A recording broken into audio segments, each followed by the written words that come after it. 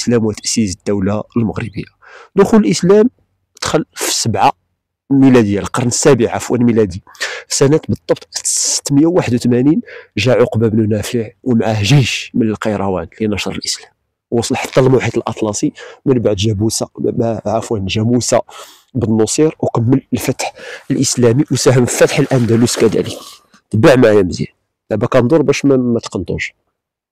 الأمازيغ دخلوا الإسلام بقناعة وشاركوا في الفتوحات الإسلامية، بحال طارق بن زياد اللي فتح الأندلس سنة 711، وكذلك يعني والعديد من الأمور باش نلخص من بعد غنجيب التفاصيل. ثم كاينه الدولة الإدريسية ما بين 788 ميلادية و 974.